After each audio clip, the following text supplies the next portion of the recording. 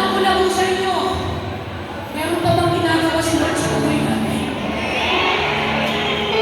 Para kung tinalang sumasagot, may ginagawa pa ba ang Diyos? Yung iba dito, nakaupo na, nababago ka sa buhay. Meron pa bang ginagawa si Lord sa buhay natin? Amen. Medyo malakas. Dito, may ginagawa pa ba? Ako, delikado.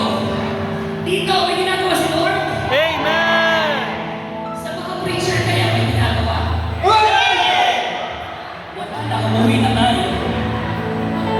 Kasa kamay na gumigising pa sa umaga. Pag ganyan lang ang taas, depende yan sa blood pressure. Pagising sa umaga, Yahweh, ikaw ang aming nakikita. Hindi ng langit ang aming nadarama, Panginoon. Nasa kabila ng aming mga pinagdalanan sa